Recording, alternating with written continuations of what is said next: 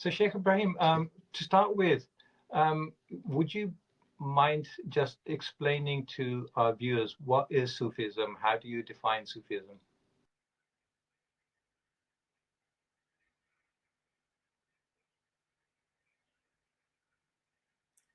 Oh, Sorry, did you hear me? no, no, yeah, I did indeed. I did indeed. I was just considering the question. Um, but that's sort of like tell me about the Indian Ocean in thimblefuls of words.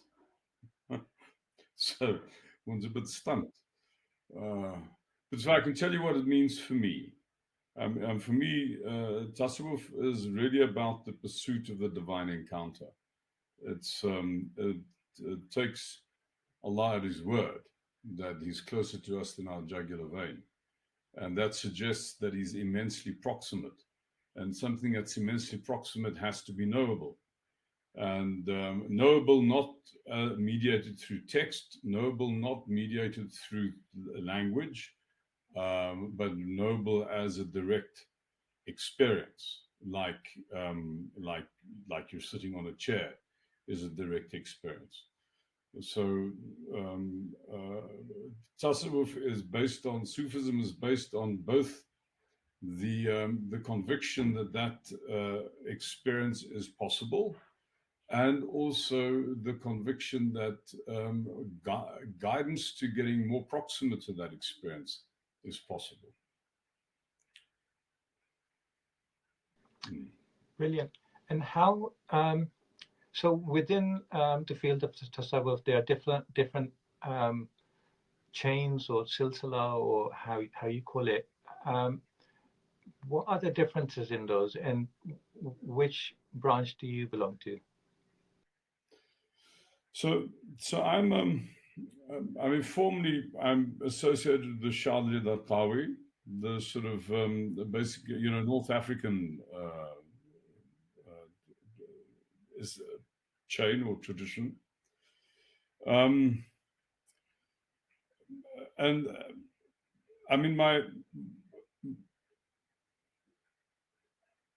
it's very important not to kind of even try and consider differences or hierarchy or superiority in these various lineages. It's a little bit who you get exposed to as a young person. I mean, that's exactly what happened to me.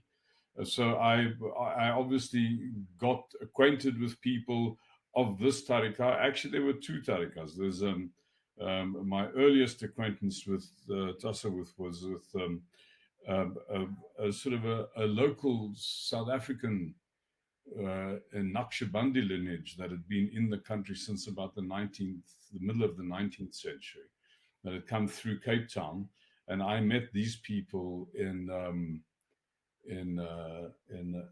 Johannesburg, and this was in the mid 80s or early 80s. But then after that, I also got exposed to the Darqawa, and I sort of over a period of time I migrated in that direction. And yeah, so I think every one of the lineages must have a legitimacy. They can trace their lineage all the way back to the Rasul Sallallahu Alaihi Wasallam.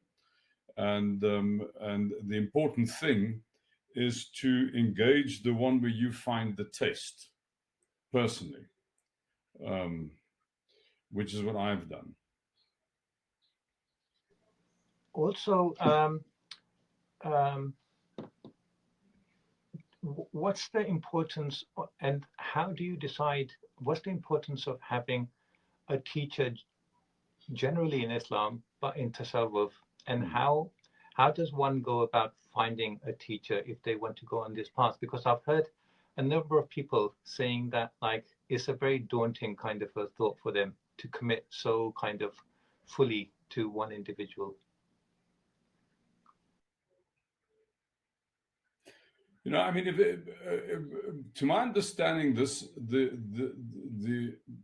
formality that we have around sort of commitment to a teacher, which is prevalent today, This was something that has kind of grown by increments. It wasn't the earliest experience. I mean, the earliest experience is that you went to a person that you thought could be helpful to you, you learned from that person, and when you thought you'd gotten what that person could give you, you moved on. There wasn't the sort of sense of ownership of the murid, of the aspirant, and a lifelong commitment of the aspirant to a single teacher. I think, I mean, my own opinion of that is that I actually think that's in error, because I don't think that's how people actually do grow. I think we do need more than one flavor, and Allah will bring to us more than one flavor in our own spiritual maturation. And part of our growth has to be to have the flexibility to recognize that my sojourn in this part of my journeying is done. It's time for the next period. And this idea that people have to commit their whole lives to an individual teacher, and that's how it goes. I mean, I just don't think that's correct. And I think that conviction has led to a lot of, dare I say, abuse, because now suddenly a particular person is the key to what's closer to you than your own jugular vein. That doesn't sound right to me. That's really good to know. I was some time ago listening to a Sufi sheikh from Dagestan, and I'm really sorry right now the name slips my mind, but that's exactly what they were saying as well, and kind of little bit joking about how in places like India and Pakistan there is this kind of custom of trying to find one person who's going to guide you on every aspect of life, Hmm. which can become impossible, but also kind of paralyzing because you need to have like specialists, whether that's in hadith or in Quran or in fiqh Hmm. or in Tassawuf. You need to have different specialists in different sciences. Hmm. Hmm. No, I think that's Uh, correct. I mean, so a metaphor that I'm very fond of for the people around me and my own kind of operation here is that I insist that both my front door and my back door are wide open. That you come in when you need to, and for heaven's sake, if you need to leave, then leave. Don't occupy space that somebody else might find useful, just out of a misguided sense of nostalgia or loyalty to me. That's not helpful to anybody, because the other thing is that I do, I do think this is a matter of individuals. I mean, you can have some really, you can have very short, very profound experiences of a person that could change you completely and could change you for the rest of your life. But by and large, this is not a mass issue. I mean, it is not, one person can't hold 1,000 souls in their wake and account for their maturation as beings. I don't think that it works like that. There has to be an individualized engagement. It's a one-on-one problem. And so this thing of doing the thing by mass also doesn't convince me as being useful or appropriate. It certainly isn't around me. You know. I've seen the interaction on at least online between you and some of your students and your companions, and it is really beautiful, the Thank you. interaction, and how um, freely available you are to answer questions, and the time that you give until all the questions are satisfied. Hmm. I think is really inspirational. And I think the people who are blessed to be in that kind of environment are very lucky. Um, That's very generous of you. Thank you very much. Sheikh Ibrahim, I think you also have a background of business consultancy. Um, for a layperson, those two things, business and tasawwuf, can seem very far apart. What came first, and how do you balance the two? They sort of came together, and they were two hands that washed each other. I mean, um, the work that I do professionally is rooted in research that I did for an organization called it was called, it no longer exists. It was called the South African Chamber of Mines Research Organization. This was a very large employers' body of mining houses, and they had this research outfit. I got involved in the 80s in studying conflict on gold mines in South Africa in the 80s. And this is a very dramatic time with, lots of violence. I mean, we were going through in the middle of basically a civil war. And actually the thin end of the wedge of that civil war was what was happening on mines. And I had a research position in that. And it gave me the material to start understanding what the key variables are that actually account for employee discontent, disengagement, or employee commitment to an enterprise. How does that happen? And the critical variable that I kind of isolated on the basis of this research is that it had to do with how the organization was led, very peculiarly, not because how is a bit of a strange, it's not the right framing for what I want to say, because it seems to suggest that it's a behavioral variable, but it's not. It's actually an intent variable. It is, and from that came an understanding of how the intent to give affects enterprise, how it affects collaboration, in other words, peer groups in any organization, even in a community, how it affects hierarchy, leadership, and also how it affects being in your own skin. And it's exactly that investigation into intent and how intent patterns that was the grist to the mill of my own Tassawuf, the maturing of my own spiritual journey. And so these things have flown absolutely in parallel. I've not seen them as separate problems. Sort of I suppose, a crude way of phrasing this to say that if you think that business is not a spiritual problem, you don't understand the problem. Because like anything, the fundamental thing that we deal with as human beings is the issue of our intent. And if you engage anything from the point of view of wanting to get, I mean, in any moment that you can either construct your intent on what you're trying to get, or you can construct your intent on how you can be helpful, what you can contribute, what you can give. It doesn't matter what you do. You can run a political party, you can run a business, you can run a family. On the basis of the intent to get, you will destroy both yourself and you'll destroy the group that you're involved with. It might be incremental, it might take a period of time, but anything that is rooted in the intent to take, the intent to get, is doomed. But if you do the opposite, if you say, well, what am I here to contribute? And you then look at the enterprise that you run through that lens. How does my enterprise make the world a better place? How does my enterprise contribute?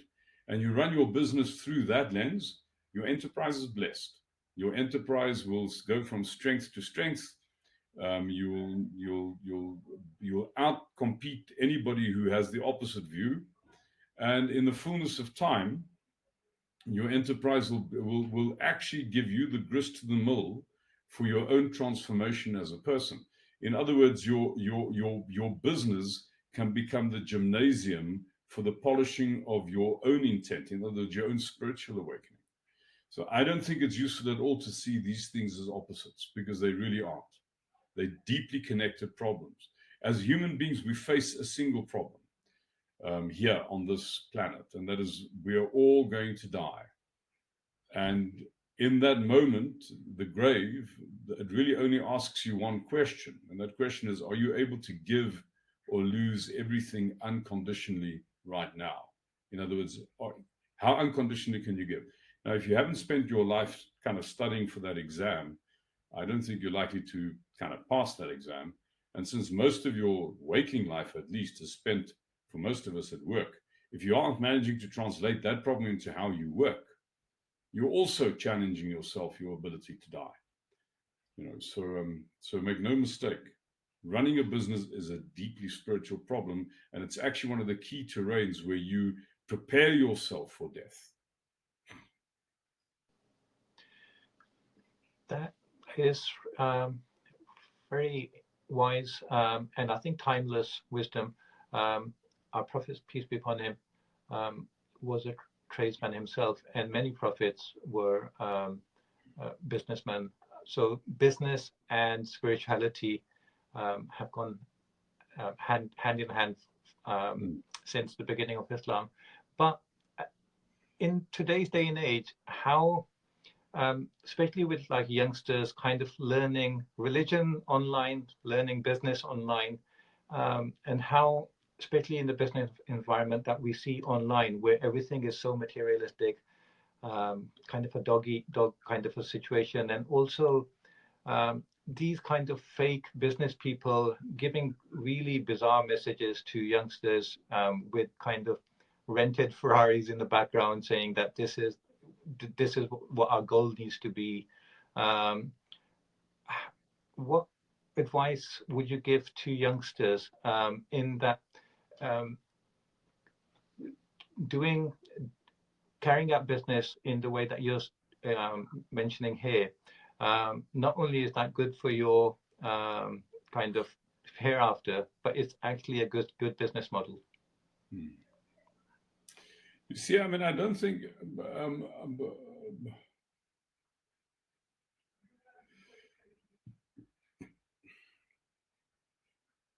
strangely enough, despite the fact that what I'm suggesting actually I think is good business, it's not how people are taught to think of their, you know, I mean, even in the best business schools in the world, I mean, they kind of, you can say you get people highly educated, but the fundamental idea that enterprises are there to produce results to satisfy the requirements of the owners of the enterprise. In other words, the enterprise is fundamentally there to get something. You know, that how most people see business, and you know, and I think this is where a teacher is useful. I mean, this is where I think a sheikh is useful, because you need to sit in the company of somebody who can look you in the eye and transmit a conviction, because this is something comes from the heart. So listen, this isn't true. This is not how it works. You know, you construct your life on the basis of what you want to get, and you're basically sowing a road of misery for yourself. You construct your life on the basis of what you can contribute, and you make your work about what you can contribute, and you'll have a blessed life. No video is going to give that to you. No PowerPoint presentation is going to give that to you. That requires somebody who's kind of had their teeth and they're broken in lots of failure to look you in the eye, so that the significance of that message can be transmitted. You know, so that's what I think actually the role of shuyukh should be. The role of shuyukh should be to be accessible to people, to basically, how can I put it, transfer a conviction that you can build build an absolutely successful, feasible life on the intent, first of all, the intent to worship, expressed in the intent to serve. That can be the project of your life, and you'll be successful. It doesn't matter where you go to. I mean, there's I think people need that exposure. They need exposure to people that carry that conviction, and I think it's a little bit like a viral thing. I mean, it's person to person, you know, as kind of like it's a contagious thing. It's not something you're going to get over. I don't think it's something you get necessarily out of text or out of exposure or anything that clever people can get rid of. You know? I think it's really beneficial to have someone like yourself who um, is involved in the field of spirituality and tasawwuf, but is also involved in practical day-to-day business consultancy and the challenges that that brings. Because I think sometimes some teachers who are not who are purely academic, it becomes difficult to relate to the problems that people face on a daily basis. But also the way people see business and just earnings at the moment is everyone's trying to get rich quick. Everyone's trying to have a life where they can kind of get rich very quickly and then not work and then relax. And we kind of tend to judge each other by how successful we are in terms of financial gains. How do we distinguish between the outcome of our business ventures and the actual actions that we're putting in to um, on a daily basis towards our business?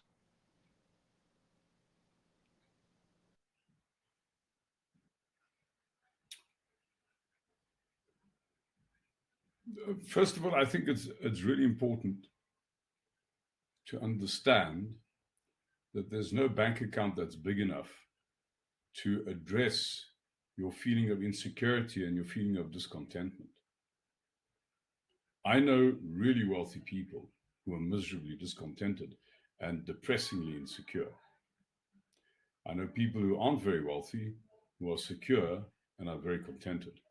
So that thing that we think that the money is going to give us, that sense of security. I mean, that's just naive. That's not how security works. If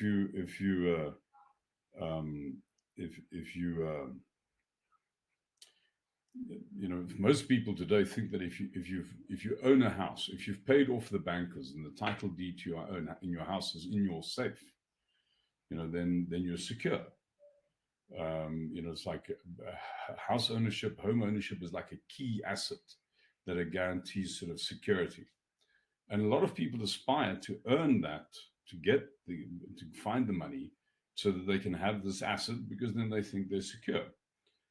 Now, I mean, that's quite a peculiar conviction, this idea that my house makes me secure, because if something makes you secure, one of the things it'll do for you is it'll protect you, which is quite a crazy notion. I mean, like your house is going to protect you. I mean, apart from keeping the rain off your head. Let's assume I own this house, and I mean, it's my property. The title deed is in my own safe, and I come home from work this afternoon, and a thug leaps out from behind a bush and starts beating me to within an inch of my life, and I'm 2 meters away from my front door. I don't think my house is going to rush to my defense. I don't think my house is going to throw a brick at the assailant and say, hey, you can't hit him. He's mine. So this idea that our assets will protect us, that they'll somehow stand between us and a catastrophe that's aimed at us, is utterly naive. You don't own yourself into being secure. There's no asset that has undertaken any custodial charge over you. But the opposite is true. So I mean, if I have upset somebody, I come into my house this afternoon and this person has kind of vandalized my house like you cannot believe, smashed glassware, cement in the plumbing. I mean, just can't believe what they did to my house. The question is, will I be annoyed or angry? Of course. So, well, then who's there to look after who? Is the house there to look after me, or am I there to look after the house?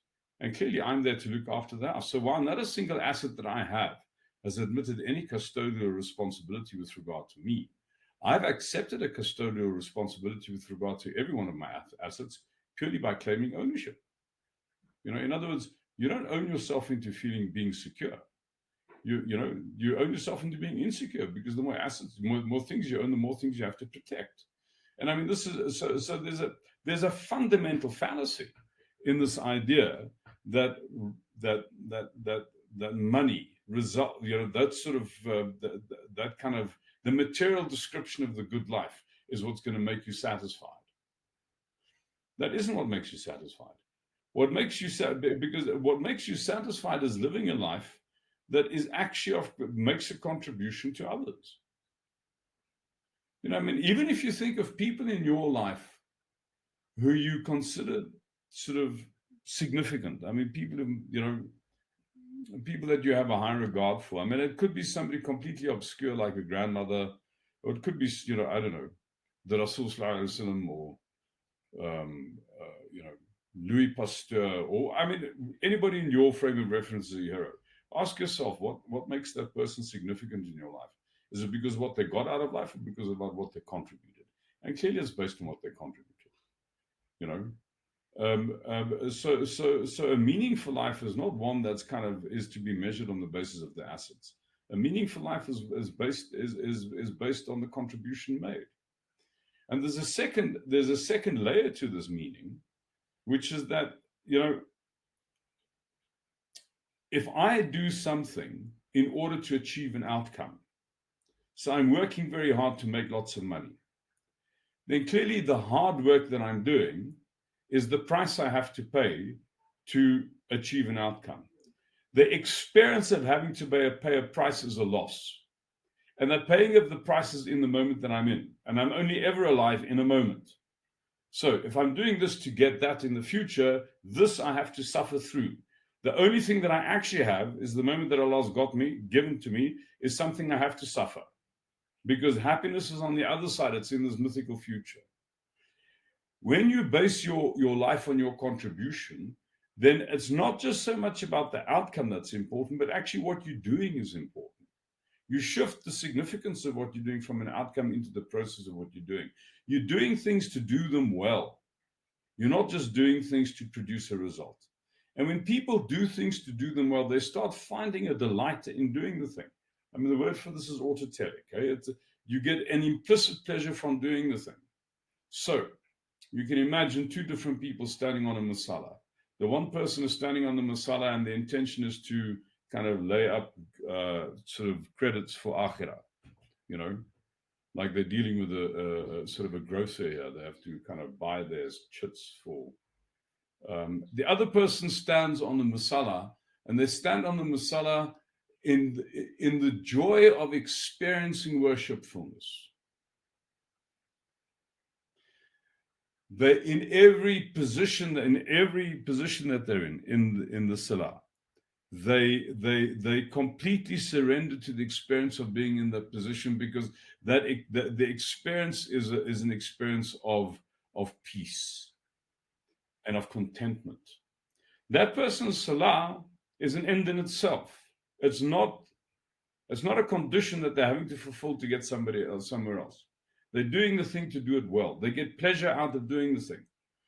You're only ever alive in a moment. If you treat the moment as a stepping stone to somewhere else, then the moment is suffering. It's pain and it's loss. If you're treating the moment as something which is the point in its own right, it's not a stepping stone to somewhere else. The moment opens up to you like the fruits of the garden. Yeah, so there's a great fallacy that we have to work to achieve wealth or an outcome, and that's what it's all about. That's what happiness is about. Happiness is not about getting stuff. You know, you can have lots of stuff and still be the same miserable person that you were the day before. Happiness is about, first of all, being of service, and second of all, finding pleasure in what you're doing for its own sake. There's a hadith that I'm sometimes reminded of, where the Prophet, may peace be upon him, mentioned that if someone is planting a tree, and I'm kind of paraphrasing this, but if someone's planting a tree and Qiyamah starts, like the end of time, then they are to go ahead and finish what they're doing. And I find that beautiful. Like, I haven't actually had a chance to discuss this with anyone, but in my own mind, the lessons that I get from that is, firstly, our concern should be in our actions, not in the outcome. The outcomes come from Allah Ta'ala. So if someone's planting a tree and Qiyamah comes, that plant is never going to become a tree, but we're still told to go ahead and complete that job. There you go. So it's about, a liberated life, a truly meaningful life, is one that's lived unconditionally. And what that means, you're no longer living in the spirit of having to kind of barter and negotiate for something better. You know, we're so used to thinking of how intent works that it's an emptiness, it's a neediness that I need to fill by doing stuff. Like, my heart is empty and I need to get stuff to make it full. We don't realize that your intent can work in exactly the opposite way. That it's not an emptiness that seeks to be filled, but it's a fullness that spontaneously empties. You know, that you can act, and you can act out of a sense of abundance, out of a sense of overflowing, because you recognize that you've already received wildly in excess of your due. In other words, you cultivate a grateful heart, because a grateful heart is an overflowing heart. And an overflowing heart doesn't need to negotiate. An overflowing heart doesn't need to keep tabs. An overflowing heart can live unconditionally. And I mean, these two people, a person who lives unconditionally, a person who lives conditionally, you're comparing a dwarf with a giant, you know. I mean, they are not the same. Absolutely not the same. You know, I mean, it's really interesting that the antonym of iman, you know, kufr, that doesn't just mean not having faith. It means not being grateful. You know, how often doesn't Allah speak about the accursed in the Quran as those who don't have gratitude? So, you know, and who are the ones who don't have gratitude? Those who think they've not had enough, those who are acting to get more. Those who have gratitude surely understand that they've had more than enough, and they're not acting to get more. They're acting out of the pleasure of what they have.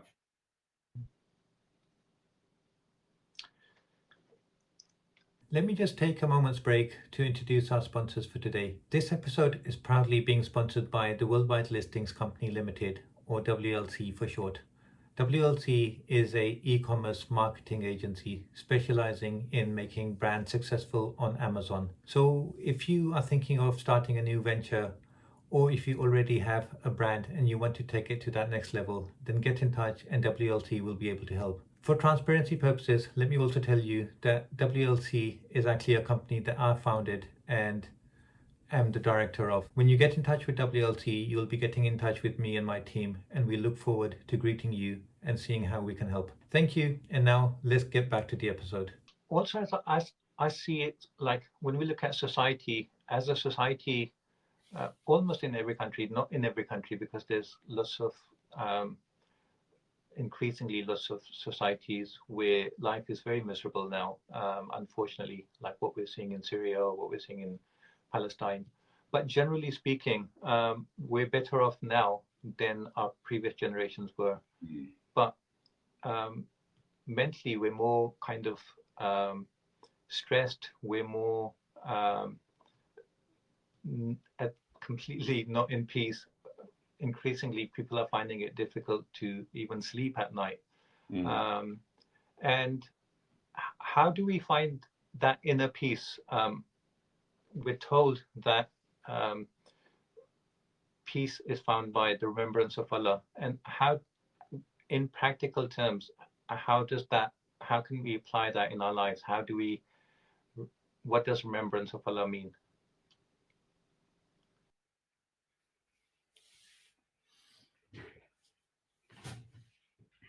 So,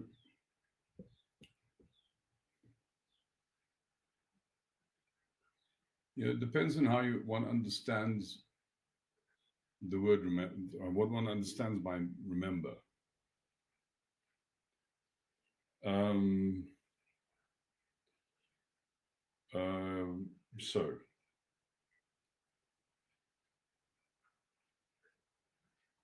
what languages do you speak, Tafhim? I speak Urdu and English and Punjabi. Okay. Can you remember the Punjabi word for water? For water. Pani. Pani. Okay. Right. Have you been thirsty ever, like really thirsty? In Ramadan. That first glass of water that you have after being really thirsty, can you remember that experience? Yeah, it's really rejuvenating. Now, the word pani is a very poor pointer to that experience. So, what am I trying to say here?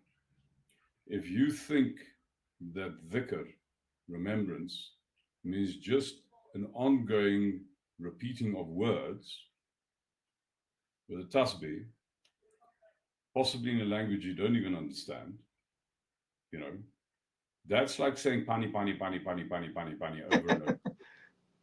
That's not the thing that satisfies the heart. What satisfies the heart is the equivalent of having that draught of water. And you can remember that experience. That's the point. You can remember that experience. It's not just, it's a real experience and you can remember it. And it's not anything like the word that's associated with it. And in fact, you can use any word that's associated with the experience. You can use the English word, you can use the Urdu word, you could use the Zulu word. It doesn't matter. It's kind of that's sort of agnostic. The issue is that experience, and so what I'm suggesting is that dhikr is actually concerned with remembering an experience. First of all, being awakened to an experience, because I think it's always there. I mean, he hasn't stopped being closer to you than your jugular. You're just not giving it attention right now, that experience. You know? So dhikr means remembering that experience, not making a noise in Arabic. That doesn't mean to say there isn't a place for making a noise in Arabic, because there's Yeah. sometimes we can use that as tools to invoke the experience and to be reminded of an experience. But that's not the noise that creates that feeds the heart. It is the actual experience of the proximity of Allah. Now, if you're on this path of Tassawuf, you have to, otherwise you're not on this path, you're doing something else. If you're on this path of Tassawuf, the first thing you have to affirm is that the proximity of Allah is a palpable experience. You can experience His proximity. You can experience His proximity as so close that you get confused about who is He and who are we and who am I. So close. Secondly, that experience is one that you get closer to by increments with practice. And when you remember, what you're actually trying to do is you're trying to remember that experience, recreate, re-establish that experience. Recreate's the bad word, because it's not a created experience, it's always there. But we lose our connection with it. You want to re-establish your connection with it, you know. So if the purpose of all of your dhikr is to re-engage that proximity, then your dhikr is the thing that gives tranquility to the heart. I mean, because you see this sometimes. I've had it in my own practice.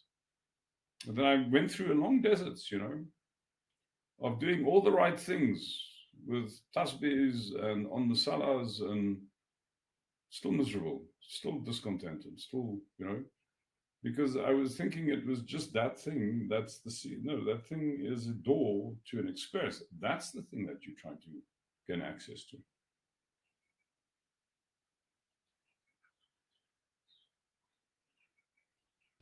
People are going through, um, yeah, people are going through a lot of like tensions these days, financial, relations, health issues, um, and things can get really depressing at times.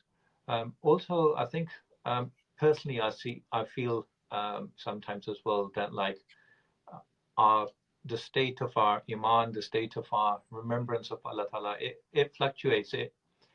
Um, like you say, the words are coming out of my tongue. I'm remembering Allah Ta'ala, but I can't feel the presence. So clearly I'm doing something wrong. How do we reduce that period where the fluctuation maybe will happen? That's just maybe the nature of human, the nature of Adam. But how do we decrease the lows and the highs and the time in between them, and how do we make sure that we are in that kind of state more often?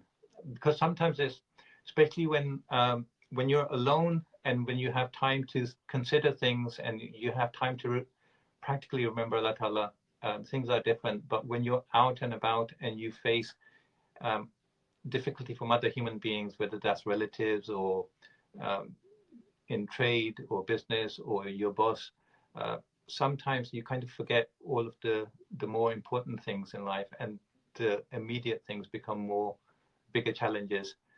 How do we go back to, in a quicker way, to where we should be? That's why I think committing to practice is actually this is the usefulness. I mean, your salah makes that possible for you, because you're encapsulating a few moments of from the busyness of your day-to-day life, and you using that as an opportunity to sink back into yourself. Um, that's where dhikr is useful, and having a dhikr process, basically a practice of dhikr, like, you know, and the practice of muraqabah, practice of sort of just quietening and silencing your internal dialogue. Uh, you know, uh, I don't think, I mean, I do, let me put it this way. There is such a thing as inner work. It's perfectly legitimate work. You know, we spend so much of our time dedicated to doing work in front of our eyes in the world, not realizing the work that matters is actually to be done behind our eyes, in the inward. So, you you know, dedicating time to doing that inner work is significant. This is what one should do. There is a subtlety to this though, because this inner work is kind of like a not work. It's like, you know, and what I mean by that, it's like anti-work. It's like if you get quiet enough, the proximity of Allah is completely apparent. You know, so the reason why you do any practice is to quieten what the noise that goes on in your own being, so that you can experience what's actually there. And the quieter you get, the more apparent Allah's proximity becomes. Proximity, in other words, you don't go to Him; He comes to you. It's a little bit like, you know, cleaning the house so the king can visit. He's not necessarily going to visit today. He might take a while to come visit, but he's not going to come into a dirty house. So there's a, you know, one, it is important to commit to practice, particularly. But I mean, I don't think that we're unique like that. I don't think our epoch is unique like that. You know, I mean, I think our generations that were before us also had to work very hard, and if they wanted to develop an inner life, they actually had to dedicate some of their time and attention to doing that. You know, and generally it happened to people when they sort of they endeavored enough in their day-to-day activity in the world to realize that actually that didn't cut it. They might have had the success there and they're still miserable. You know, last year I was a poor man. I woke up miserable every morning. Now I'm a rich man and I wake up miserable every morning. You know, in fact, sometimes I think I'm even more miserable. So clearly, this money didn't cut it. Mm.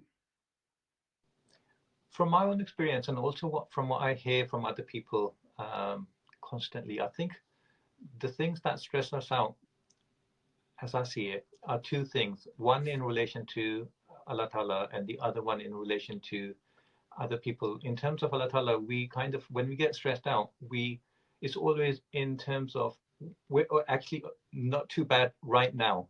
We're just worried what's going to be around the corner, and we forget that Allah Ta'ala looked after us before now, and He's looking after us right now. And what we're being stressed out about is something that we can't see it, we don't know it, and we're just imagining the worst, and we're imagining there's no way around, because we think everything needs to be in our control, and all the weight is on our shoulders, whereas it's not on our shoulders. We need to kind of transfer all of that weight to where it belongs, which is Allah Ta'ala looks after us. That's one thing. And in terms of human beings, I was actually listening to one of your talks, and it kind of really, I could really relate to it. Is when we really love someone and we feel that there's some problem with them and we need to fix them and we need to change them a little bit. I think that's where we get stressed out a lot. Constantly, mums are saying like their son needs to change, sons are saying their wives need to change, and everyone's trying to change each other, and no one's successful in that. And I really um, kind of that talk that you did really kind of struck a note with me. If you would kindly just kind of elaborate on those two things a bit.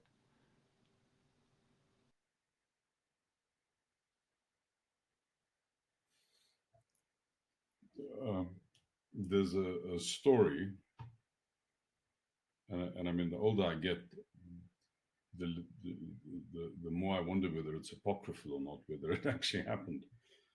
But there's a story relating to Sheikh Muhammad ibn al-Habib, who was once approached by a murid who was complaining bitterly about his wife. I mean, as we do. I mean, these people should be complained about. I mean, she was so awful. And, last week my mother came to visit and she deliberately burnt the food. And, I had guests just a couple of days ago. She chased my guest out of the house. I mean, she going, so the man was really catharting about this awful shrew of a woman that he was married to. And the Sheikh listened for a while, and then finally the Sheikh got annoyed. And he said, "Look, shut up." And he said, "Why?" He said, "I mean, you clearly don't understand the purpose of a spouse." And the person said, "What do you mean?" He said, "Well, the relationship between a person and their spouse is like the relationship between water and the vessel. It is the nature of the water to find where the cracks in the vessel are. It is poor courtesy of the vessel to complain when the water finds the cracks. I mean, we're here to live unconditionally, to learn what it means to live unconditionally, no negotiations. Now, your conditional motive is clearly based on your conditioning. And your conditioning is where your judgments of the world come from. So you can't transcend your conditional motive if you don't transcend your conditioning. And how do you propose to do that if you live in a world that's always just affirming you? That they sort of everything you say is yes, amen, and they're just all just kindness and sweetness and light. I mean, that's about as useful to you as another hole in the head. I mean, kind of if you're serious about this project of cracking the code of living unconditionally, then actually you want to live in a really difficult relationship. You want to have difficult relationships because it's precisely those relationships that teach you what your own conditional motive is. Yeah. There's the people who absolutely annoy you to distraction are your biggest allies in this journey. You should actually find them, pursue them, work with them, serve them unconditionally. That is the path to your liberation.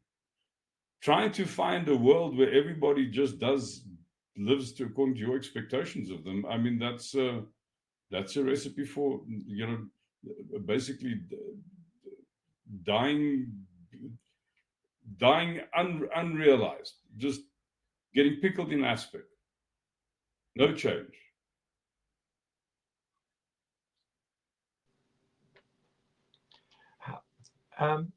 How do you see in general within the Muslim community, Tasawwuf has always played a really important part.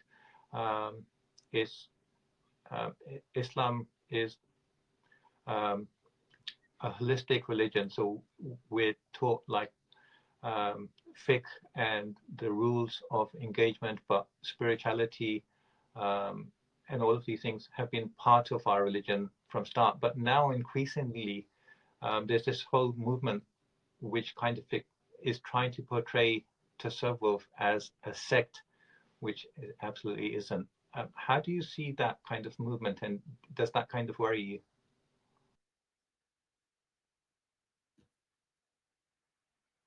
Well, it does worry me from the point of from a purely cowardly and self-serving point of view. I mean, I wouldn't want one of these people to come give me a hug, with something ticking slashed to his belt, as they sometimes seem to be wont to do. But so there's this.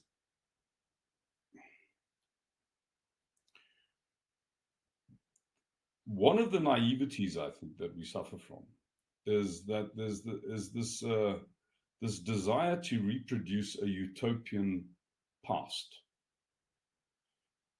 That that there was this first ideal community And our job over time is to carry this burden and hand it over to the next generation, sort of thing. You know that that that we are there to serve that story, and therefore it becomes a big dispute about what part of that story is the pristine story, and who's got it right and who's got it wrong, and then we'll joyfully be at each other's throats. You know, I think there's another way of looking at this, which says that, I mean, by definition, the real has precedence over the imagined. And that which exists right now has precedence over that which doesn't exist right now. And the past actually no longer exists right now. It's in the past. You know, if you consider the moment that you're in like a room, and there's a door on the one side of the room that's got future written at the top. There's a door on the other side of the room that's got past written at the top. And you went to the door that's got past written at the top, and you opened it and you looked, you'd see nothing there. It's gone. That's an empty void. The same thing with the future. All that. So, in other words, everything that has happened, the point of everything that has happened is now. It is at the service of now. It is to enable now, not the other way around. You know, which means that doesn't mean to say we're dismissive of our history, we're dismissive of the past, but we can be very pragmatic and sort of, I think we should be very pragmatic about working with that to kind of make sense of our encounter with existence now. Which basically means to say this is not about trying to emulate some, make now fit then. It's finding part of then that helps now, which also basically sort of governs the degree to which this thing about being Muslim has to be about a scholarly endeavor. I actually don't think it is. I'm not saying there's anything wrong with a scholarly endeavor. I mean, that's perfectly legitimate. But I certainly don't think Tassawuf is a scholarly endeavor. I really don't think it is. Tassawuf is about the desire to have a first-hand engagement. It is for the taste of water rather than the word pani. That's what Tassawuf is concerned with. And therefore, Tassawuf is always concerned with immediacy. You know what they say? The Sufi is Abdul Waqt. The Sufi is the slave of the moment. So that means to say that now has precedence over all else. And I use what has gone before to make sense of and to work with now, to get me more proximate to my Lord now. I don't use now as a resource to reproduce some mythological sort of utopia that existed in the past. So I think while there's obviously there's a legitimate place for scholarship. Tassawuf is not about scholarship. Tassawuf is about experience. Shaikh Ebrahim, going back to Pani, but also going back to remembrance and zikr and tasbih, as you clarified that there is a place for doing repeating the names of Allah or repeating important phrases, but obviously if we're not doing it in the right way with the right intention and the right mindset, then it's useless. But as far as we are trying to do it correctly, what is the importance of getting permission in terms of ijazat to do different tasbih?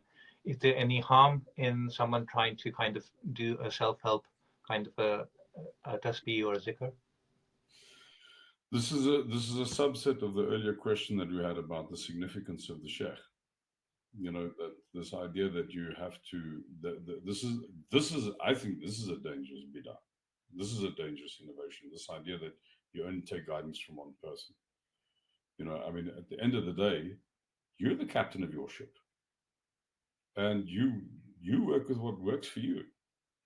And if somebody asks me for a practice, and I give them a practice that I think has worked for me and be helpful to me, and they use it, and it's not giving them any benefit, then they must stop using it. And and if they find a practice that I've not recommended to them, but they're actually beginning to get real benefit from it, they must use it. I mean, who's in the middle of the ship called your life? You are. Surely you have to be the authority of this thing. I mean, you can get help, you can get direction, you get advice, but it's at the end of the day, the call is yours. So I this think whole that's a really thing, good way of looking at it, because sometimes we tend to shun responsibility by putting like the burden on someone else, like you are my teacher, now you sort it out, that's and exactly right. That's I'm exactly going to right. be the passenger. That's exactly right. So there's a reciprocal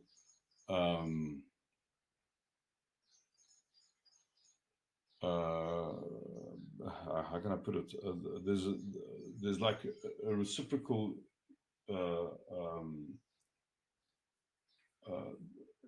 disablement that happens.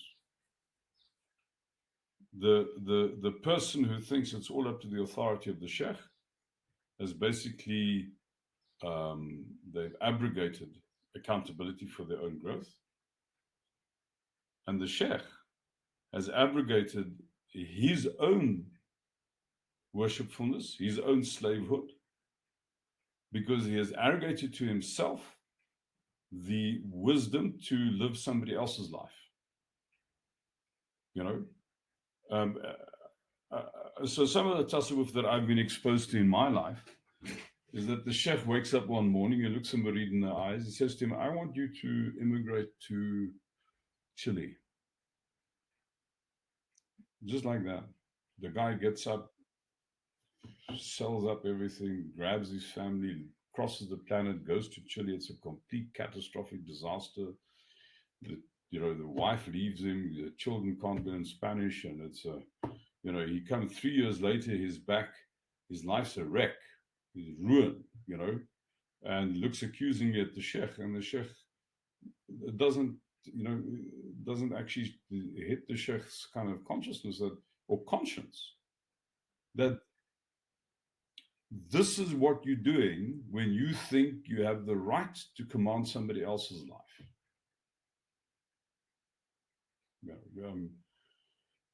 I mean, a sheikh should not be telling you who to marry. A sheikh should not be telling you where to have a business and what you should be doing. I mean, you can have a conversation with the person, you can ask for advice, but at the end of the day, it has to be your own call. A And sheikh maybe might the even say sheikh should to be this guy, telling you "What how do to you make do?" the decision, not what decision to make. Exactly. And I might say, listen, I think this decision that you made now, you're being a little bit delusional. But still, I mean, it has to stay your decision. Yeah. Yeah. Also, Sheikh, so on this channel, we often talk about geopolitics, and we're interested in what's going on in the Middle East, in Ukraine, in different parts of the world. From a point of view of a layperson, a Muslim, maybe living in the UK, living in Canada, seeing what's going on with their brothers and sisters in the Middle East, how do they balance that um, to participate in some form of activism to see if we can help in any way, but not let that kind of become overwhelming and overbearing to the point where we are kind of either enabled to carry on with our own lives or to make the wrong decisions in terms of how even a lot of people have in the past ended up in terrorism and other things. So how do we balance that, and how do we remind ourselves that things will be better, inshallah?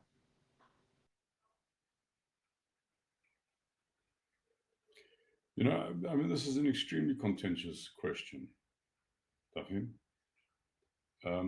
And this is clearly one that could get one into a lot of trouble. Um, so I'm going to answer you as honestly as I can. Also because I mean, I mean, like you, like anybody at the moment, this time, this, you kind of, I can right now, I can probably find 5 WhatsApp messages here that, are basically clickbait that are going to leave you, that's going to leave you afterwards enraged. Yeah. You know, and so this is just the technology that we have now makes us vulnerable in ways that we've never been vulnerable before. You know, and so I don't think I've been made to experience the kind of rage that I would experience if I basically opened every single thing that came on this and watched it. Now, that doesn't mean to say that when I say this, I'm saying that what's happening in Palestine is not a horror show beyond belief.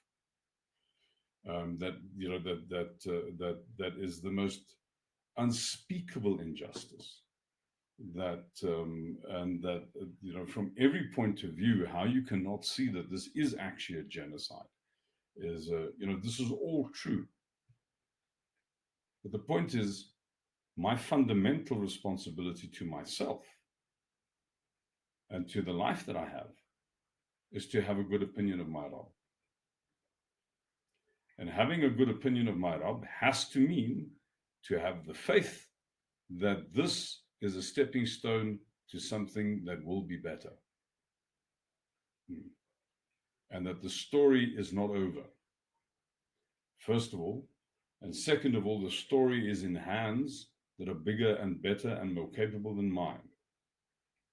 So it might occur to me that I could say something that may or may not be helpful.